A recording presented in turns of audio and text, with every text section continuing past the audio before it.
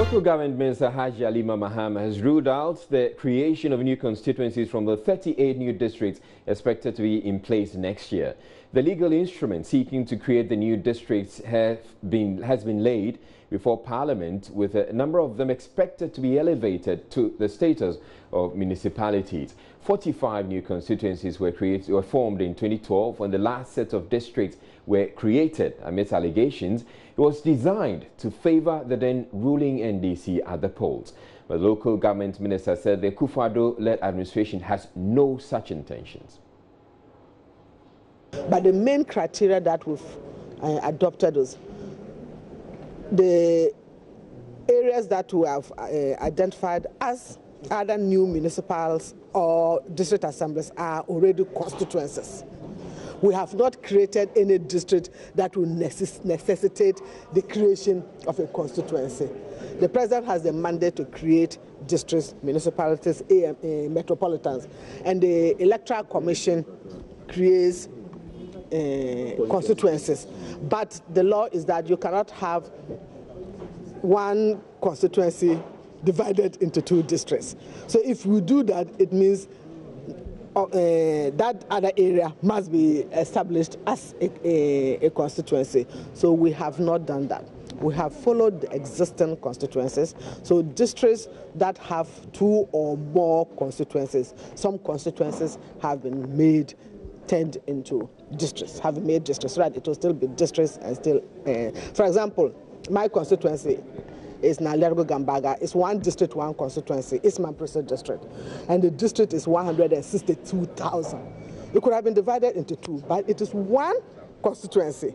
One constituency, one district. So until a constituency is created out of it, I cannot divide it into district. So, for example, East Mamprese, much as I would like to see it divided, I can't do it because it's one constituency.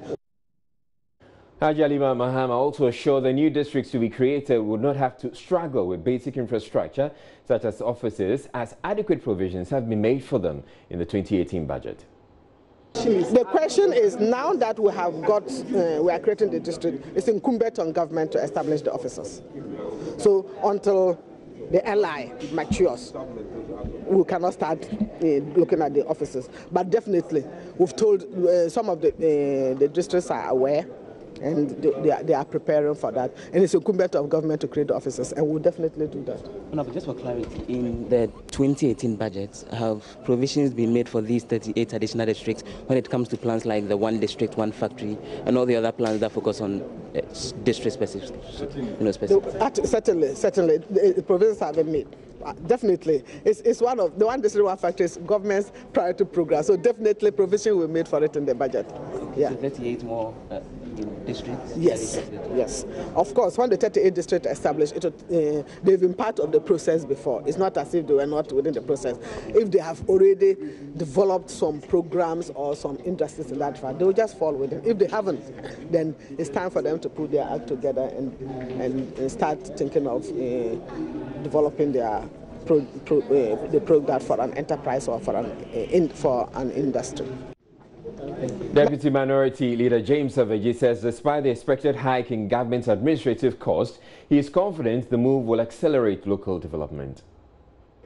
It's involved in more bureaucracy. It also involves additional cost to government because you need to put up the infrastructure, the accommodation to accommodate those new districts that are created. We also need to have the personnel to work in those districts. So that is the cost aspect of it. But one other aspect that we could look at critically is about the benefit in terms of the development. It facilitates speedy development of those areas. Upgrading is only in the name. What is the difference if my district now, which is Ketunov district, is now being made Ketunov municipality? What is the benefit? I do not see anything different. Because in terms of allocation of the resources from the common fund, the factors that are used in determining that will still be used. Because we use a number of population, we use a teacher pupil ratio, we use doctor patient ratio, and all those are the same. So they are going to continue to use those factors in determining the allocation for. So changing the name from district to municipality will actually not add much, anything very significant. But it's just a matter of name that, oh, you are no more a district, you are now a municipality. What is more important is the creation of new districts, and that I agree that it's necessary to do that to ensure that development is facilitated and is speed. Meanwhile, the 9-member Commission of Inquiry set up by President Akufo-Addo to facilitate the creation of additional regions is set to hold its first public hearing of the petitioners on November 21. Minister for Regional Reorganization Dan Botwe says 6 petitions have so far been received by the Commission ahead of a referendum set for 2018. Matilda Vomega has more. The creation of new regions is in line with promises made by President Akufo-Addo during the 2016 electioneering period.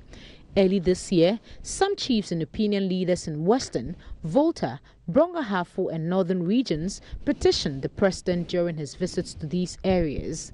President Akufo-Addo took a step closer to fulfilling these demands by constituting a 9-member commission of inquiry to look into the proposals. Minister for Regional Reorganization Dan Botwe says 6 petitions to create additional regions have been presented to the president for onward review by the commission. At this stage, they want to begin to meet the petitioners. So we have 6 petitions. One from Western region, 1 from Volta, 2 from Brong-Ahafo, and 2 from Northern region. So making all 6 petitions. So he's going to meet all of them. And as what is the purpose of engaging with these petitioners? Well, this according to the commission. I'm not saying it. According to the commission, I mean, you read a document. Somebody should come and at least expatiate and explain the rationale, give more information. You ask them questions so that they can explain, so that you can understand the petition better, even before they move to the regions to interact with the people, so that they can understand whether it has broad support. After review of the 6 petitions, the Electoral Commission will be in charge of a referendum set in 2018. But on the issue of how much it will cost government to create these new regions, Dan Botwe says the commission is yet to draw up a budget. No, the committee is here to come out of a budget covering the whole thing, and then when they finish, the Electoral Commission will work based on the recommendations of the committee. You understand? So the Electoral Commission may submit a budget as to, in case all the 6 petitions succeed, and in case we are holding election in all the 6 areas of the 6 petitioners, then this is how much it might cost.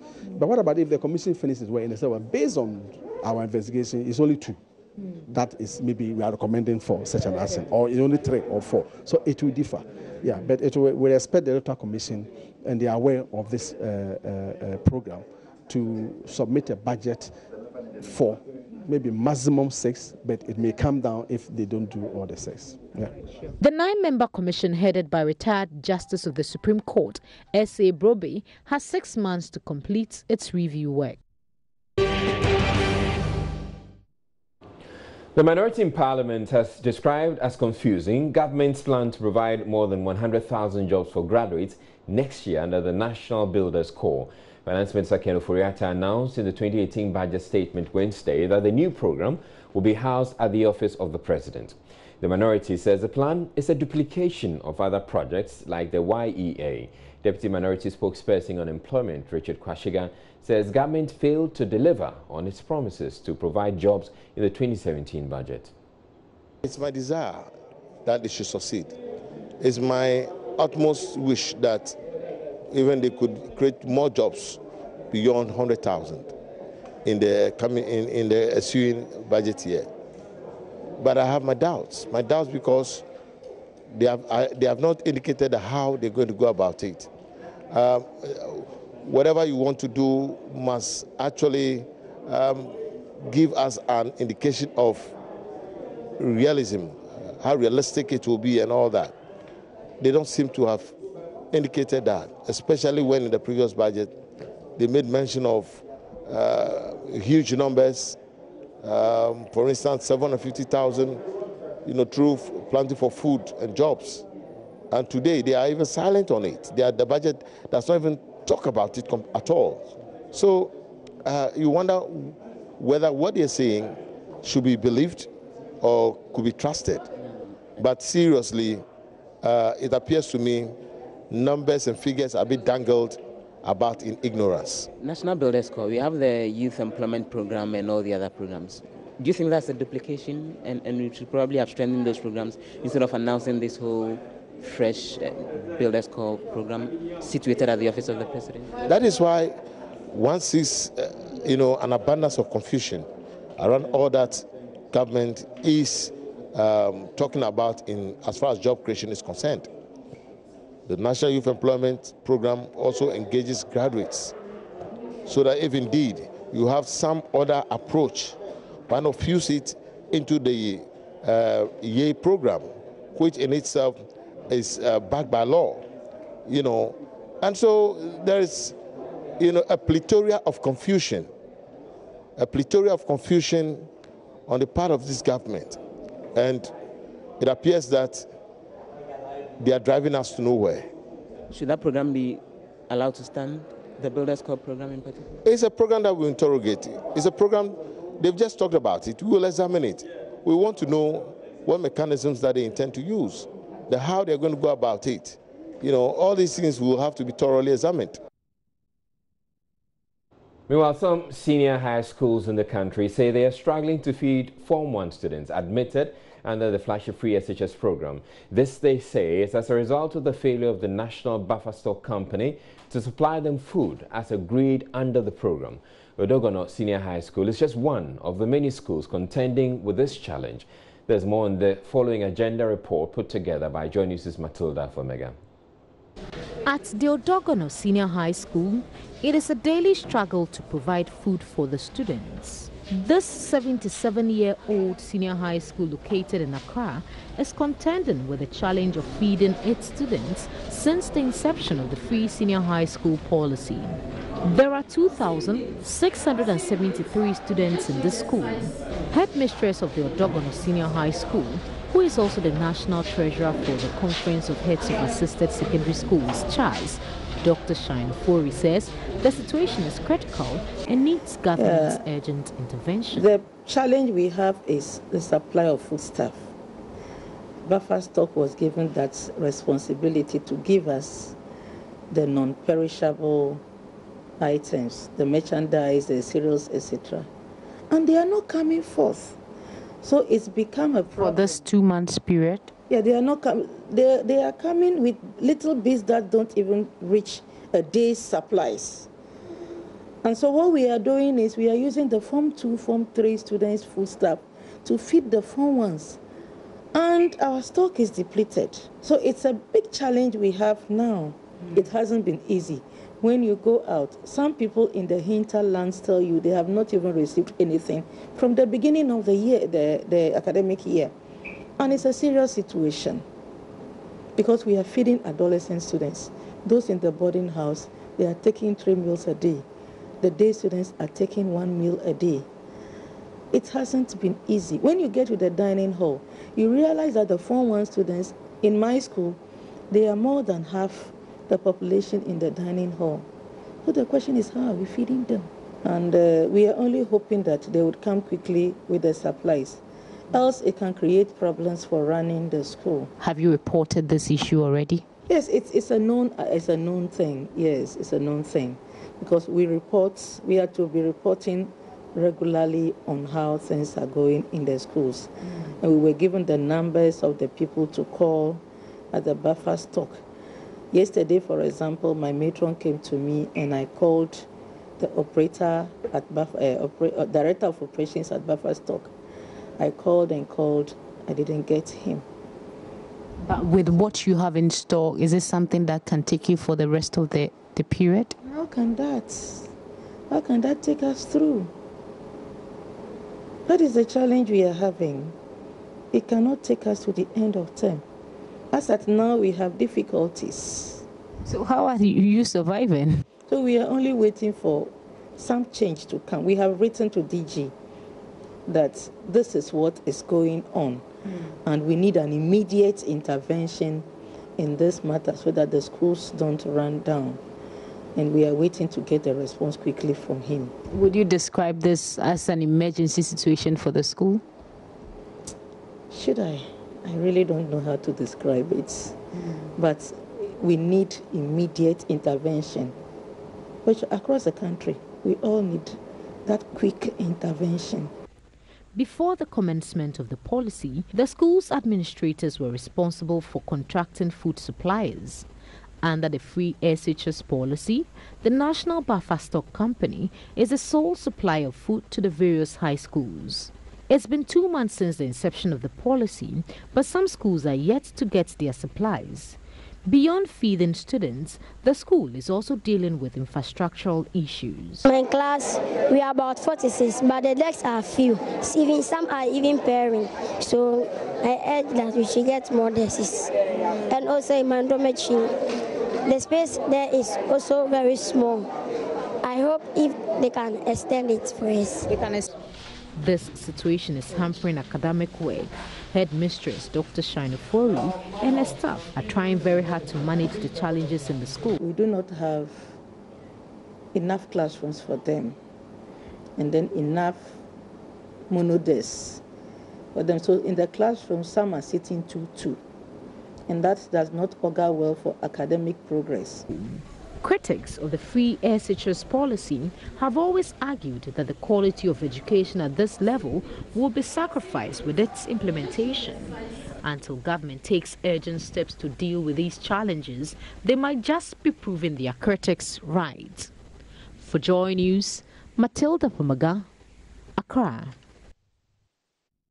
Emmanuel Abwaji comes up next with business news, but still ahead in the bulletin, the U.S. Embassy has reacted to complaints about ill treatment of visa applicants. The United States is committed to ensuring every single visa applicant is treated with dignity and the respect that they deserve. Stay tuned, business is next.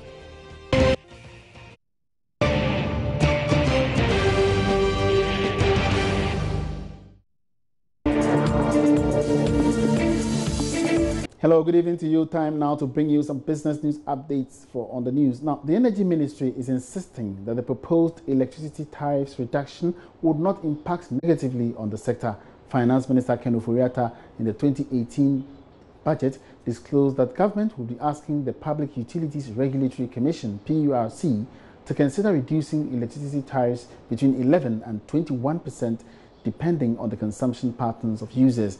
This has not gone down well with the minority in Parliament, who claim this would not affect power. This would affect power generation rather in the country. But the Deputy Minister of Energy, Joseph Kujo, disagrees. The focus of this government, first and foremost, is to grow the economy, create jobs. So any thinking, innovative in nature, is directed at that, just like the tariff reduction proposal. What has happened is that we met power purchase agreements signed and contracts. So we had contractual obligations to take power from independent power producers at agreed tariffs existing. What we've done, believing they were high, and this is informed belief, we have engaged the contract holders, that's the independent power producers, who have engaged them out of goodwill. They've given concessions. Now, as to whether PURC will approve or not, PURC listens to the sellers in this case, independent power producers. They make a case to PURC and say, I have capital recovery of this, I have operation and maintenance cost of this, I have fuel projected fuel consumption of this, I have this efficiency.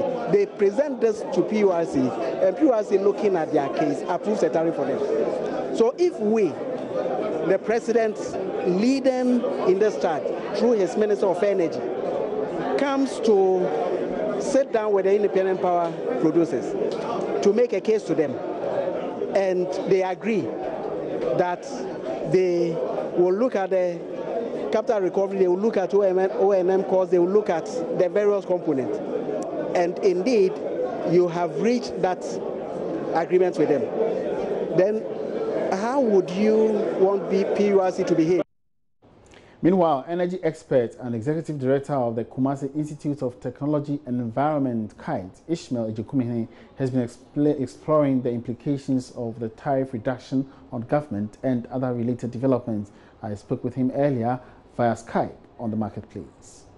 Well, first and foremost, I'm not sure government has the power to reduce tariffs. So when I heard the vice president saying that they're going to reduce the tariff, I was a little bit worried because I know it's only the PURC that has been mandated by law to determine how much we pay. But yesterday, I think that the finance minister clarified that they've made a proposal to PURC. It's left to PURC to actually agree or not. But I must say, listening to what the deputy minister said, if it's an agreement between the power producers to reduce what has been agreed on in their power purchase agreements, then that also takes away some of my worries, because then it's not going to be a subsidy, but then somebody has agreed not to charge what they already charging. But I think it's important that government makes it clear that they cannot, or it's important we let government understand that they cannot change tariffs once it's approved by PURC.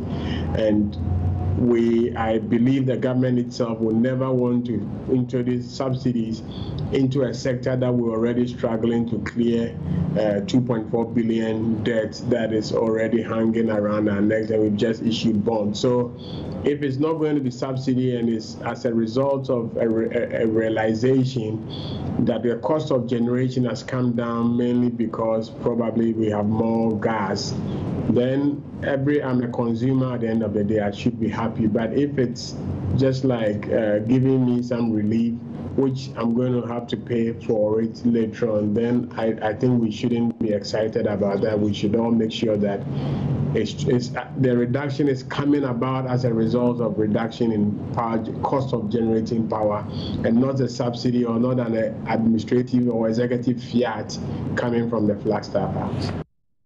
And away from that, the Ghana Investment Promotion Center, GIPC, is championing job creation under the industrialization agenda of government at the upcoming Ghana Club 100 Awards. The ceremony, which comes off on the 30th of this month, seeks to award 100 leading companies in various sectors of the economy. Chief Executive Officer of the Ghana Investment Promotion Center, Yofi Grant, has been speaking to Joy Business ahead of this year's Ghana Club 100 to be held in Accra.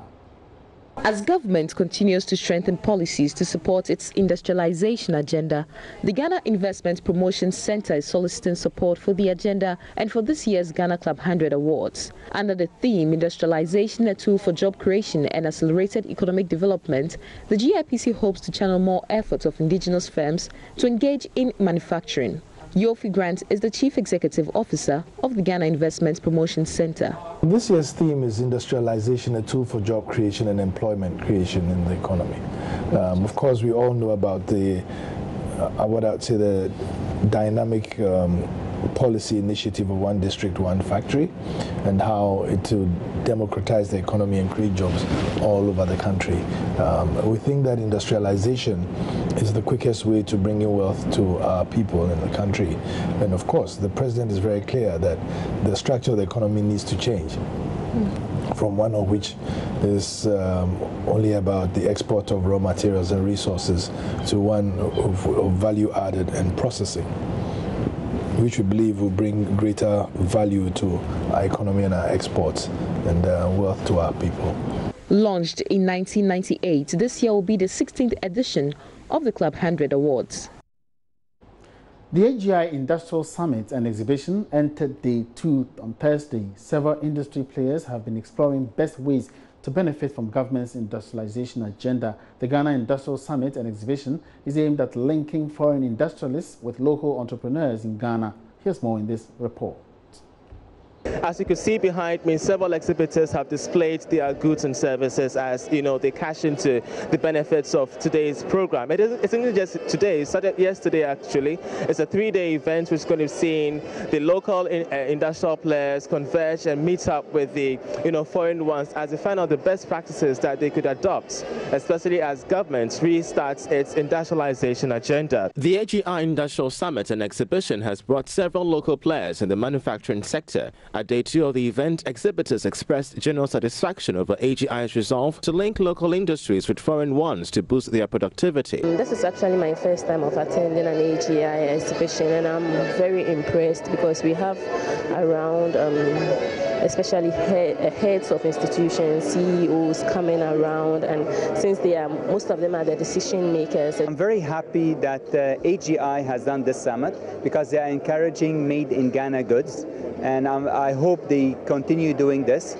It has exposed us to the public more as we are in Kumasi, and Accra people also have to, and the whole Ghana should also know us. The summit is offering us a large range of opportunities where we can meet our stakeholders, discuss with them on issues of nuclear, why nuclear is important, why there's a need for us to include nuclear into our mix. It has given us a platform to market our products and services. Yes, so far I've met clients from different companies trying to talk to them about our products. Joy Business caught up with the Director of Business Management at the AGI, Johnson Opoku-Boateng, on some key lessons local businesses have picked up from the event. We've had the local content conference and exhibition for the past 5 years. This year we decided to move a bit, just stretch it, and increase the capacity. And that is why we're having the Ghana Industrial Summit and Exhibition, which is actually kind of the expansion of the local content conferences and exhibition. We have a lot of exhibitors here because we reached out to them and then made them understand that, the government's flagship 1D1F, One District One Factory initiative has come to stay, okay? And AGI is fully supporting this initiative. We want to actually collaborate with the government through the Ministry of Trade and Industry. In the actual fact, the Ministry of Trade and Industry is our collaborator, our first collaborator in this. And I must say that the Minister, the Honourable Minister, Alan Shomatia, has been very, very supportive and helped us throughout the program. Yesterday, as we witnessed, the Deputy Minister for Trade and Industry was here. That is the Honourable Robert Ahonka-Lindsay. Just to shed more light on the agenda going forward.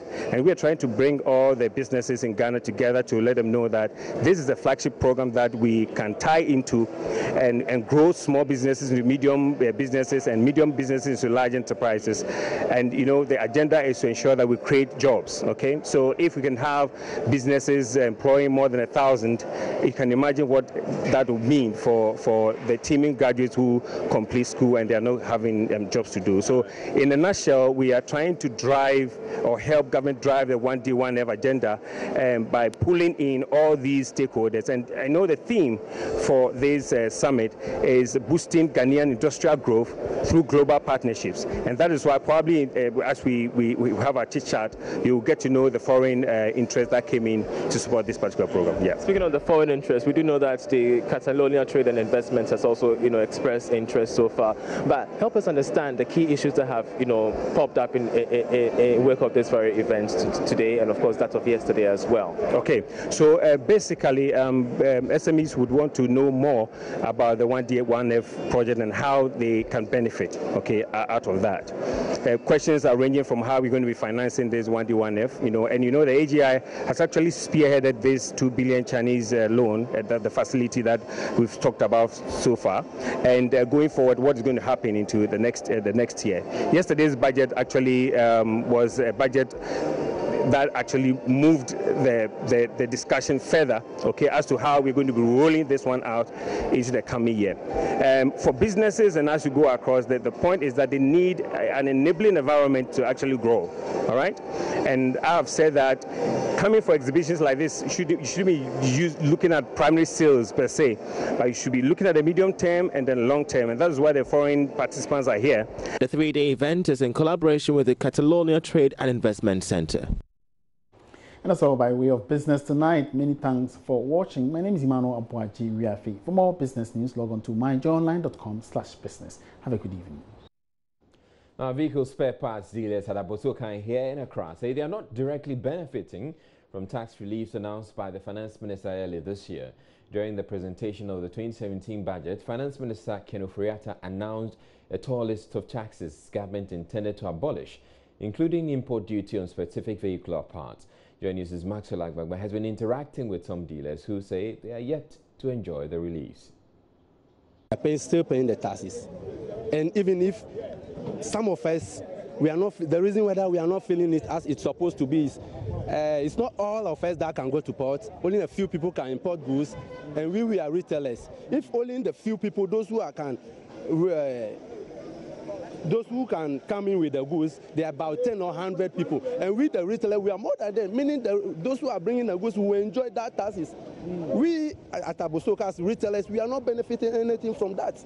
Last year budget and this year's budget, I know sir, there's only 1 year. You can't adjust any government. You can't give injection. So 1 year, let's give them opportunity, or let's give them small time. He can do it. I know sir, Nana can do it. Because if you go port now, everything is very, very, very good.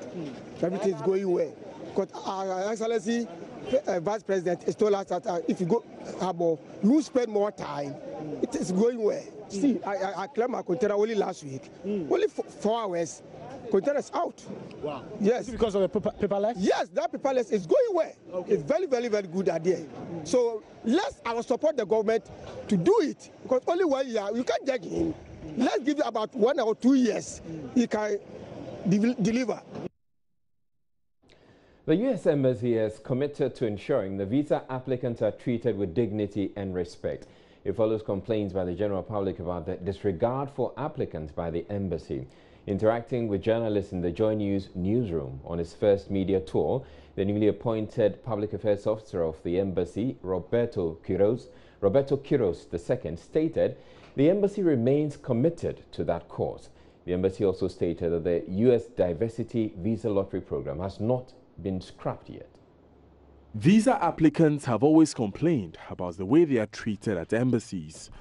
Though the U.S. Embassy has over the years reviewed its processes to minimize the inconvenience caused applicants, people are still having to linger around the embassy for a long while as they wait their turn to enter the facility. Ranking member on the Foreign Affairs Committee of Parliament, Samuel Okudzeto-Ablakwa, is the latest to have raised the matter.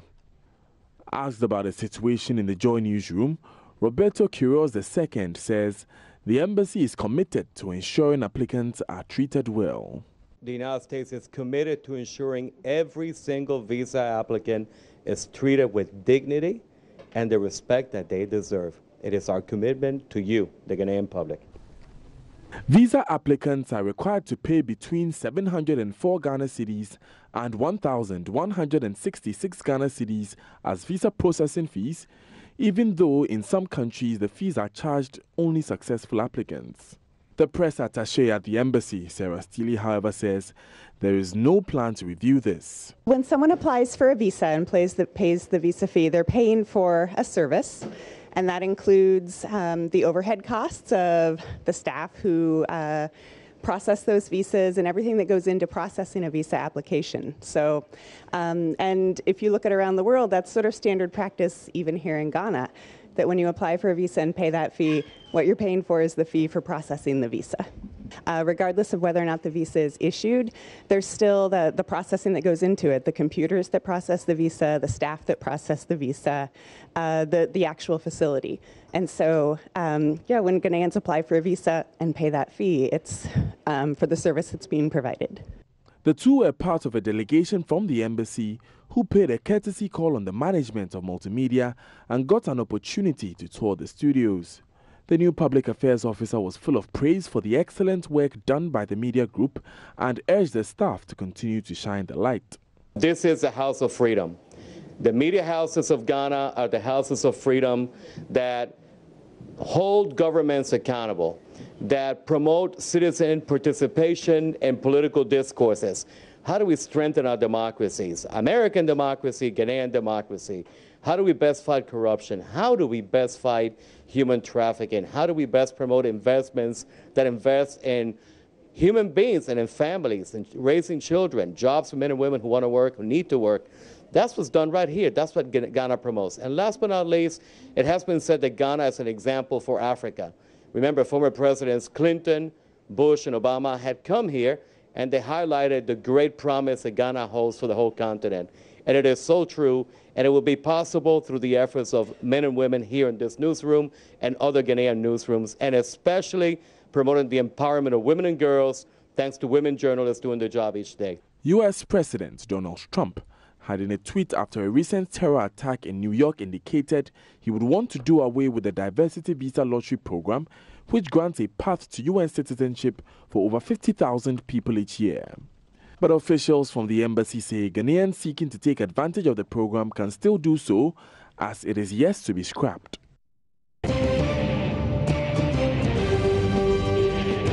This is Joy News Prime. Vice President Mahamudu Bawumia has paid tribute to former Vice President Alhaji Aliyu Mahama for his role in bringing to the front burner development of the country's Zongo communities. Speaking at an event to mark the 5th anniversary since the statesman's demise, Dr. Bawumia said the establishment of the Zongo Development Fund to regenerate Zongo communities, as promised by the New Patriotic Party, was inspired by him. He also revealed how the former Vice President played a significant role in his foray into politics. Nancy Mefajradozi has more. Exactly 5 years ago, Ghana lost the longest-serving vice president within the Fourth Republic.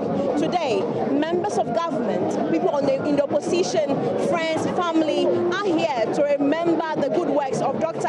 Aliyu Mahama. Son of former Vice President Alhaji Farouk Aliyu Mahama recalls his dad's passing. 2 weeks before he died, I told him I got a wife. He asked me to go and bring the wife. He went and came back 3 days and he died. Vice President Dr. Mahamudu Bawumia today described him as kind and selfless, something they would never forget about him. One of the people who really stood up and made the case that yes, Nana, go for this young man was Alhaji Aliyu Mahama. And he made it a point, and this is why I forever will be grateful to him. He was just so selfless. He said that he was going to hold my hand. He told me, he said, I'm going to hold your hand and help you to become vice president of this country. One key thing he mentioned was also about the fact that the former vice president is the soul and heart behind the Zongo Development Fund being implemented by the new government. I remember one of the conversations we had about the Zongo community, and he said, you know, the MPP as a party has a lot of work to do in the Zongos. But he said that we have to continue. He says, don't give up on the Zongos, because you have to continue to show that you care about the Zongos. In fact, I'll tell this story today. The story of the Zongo Development Fund started with Alhaji Aliyu Mahama. Executive Director of the Aliyu Mahama Foundation, Dr. Samuel Kojo Frimpong, says they are still on course in realizing the vision the former statesman had for the country. When he was alive, it was not just lectures. There are a lot of things that he was doing in terms of health, in terms of education, and we want to continue that. So we try to make sure that the free health care that he used to provide, we want to continue that. The educational support that he used to give when he was alive, we want to continue that. We want to keep his legacy. We want to keep the good work that he was doing, so that even though he's dead, but his work shouldn't die with him. The event was attended by some government officials and Muslim brothers from the Islamic community across the country. Traditional leaders of the Dodo traditional area in the Kajibi district of the Volta region are appealing to government to upgrade the Dodo Amanfrom Health Center to the status of a polyclinic. The health center, constructed in 1962, has seen no rehabilitation works. The deteriorating state of the facility necessitated an appeal from traditional authorities in the area for rehabilitation works to meet the healthcare demands of residents. Fred Kwame Asari's report. Dodo Amanfrom Health Center serves over 14,000 inhabitants in 18 farming communities in the Kejebi district. The facility, which serves about 50 clients daily, is yet to see rehabilitation works in its over 55 years existence. Its roofing had been leaking, resulting in parts of the ceiling decaying. Some electrical wires are exposed, leading to fire outbreaks. Experts say the entire facility needs to be rewired. The hospital also needs additional ward beds. A physician assistant, Dennis Gakogo, who is in charge of the day-to-day management of the health center, explained the situation to Joy News. Outside here, OPD, we have 3 beds. Meanwhile, averagely, we cater for about 40 clients a day. And if the need be for detention for more than 3 simultaneously, you can imagine what happens. And at the end of it all, some end up receiving their care in plastic chair when they need be. When you get to the maternity side, the story is not different. They have about 5 or 6 bed stays, but with only 3 mattresses. Patients are compelled to share in sanitary facilities with residents as places of convenience located about 150 meters from the health center. We have only 1 KVIP at the outskirts over there, which is quite a long distance from the facility. So you can imagine if a client is detained to pass the night here and the need for nature's call, he or she has to walk through this darkness down to where that KVIP is. And unfortunately, that only KVIP is being used by both the members in the community in the surrounding area. So it becomes what? Survival of the fittest. The community has, through its self-help projects, commenced construction of a new sanitary facility for the health center. The paramount chief of Dodo traditional area, Dasebre Oboni Sebewe IV, is appealing for a facelift to enable it to meet the health demands of the increasing population in his area. Your health center, health center, normally I had based our health center in 1962. There are some challenges at the health center. The health center was constructed in 1962. It must be upgraded to the status of a polyclinic. We are pleading with the government to help rehabilitate the health center. We are farmers. We can't get all the needed health services here. NGOs can also help. We are pleading with them to help rehabilitate the health center for us. Residents in the area are optimistic a facelift will position the facility to satisfy their health needs. Kwame Asari's report for Joy News. Now, technology has made life easier. Mobile phones, for instance, have improved productivity and communication. But this innovation has to an extent negatively affected many users, as many using the device and are spending more time on it. Joining us, Frank Addo has been exploring the impact of mobile phones on Ghanaians and has come through with this report.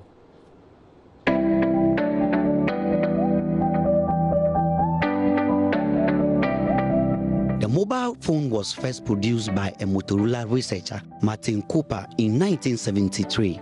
Now, the once uncommon device is a household gadget, making life and communication better and more effective. Statistics available to the National Communication Authority shows there are more than 35 million handsets currently being used in Ghana as at 2016.